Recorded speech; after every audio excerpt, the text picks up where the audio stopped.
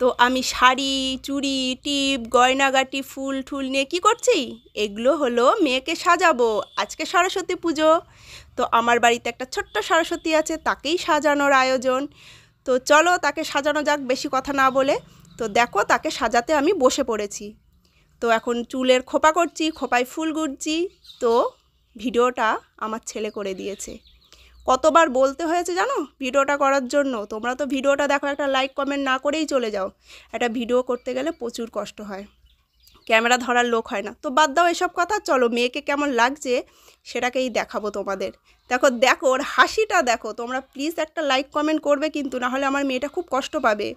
তো দেখো কেমন লাগছে, এই হলো ফাইনাল লুক। দেখে প্লিজ তোমরা কমেন্ট করবে।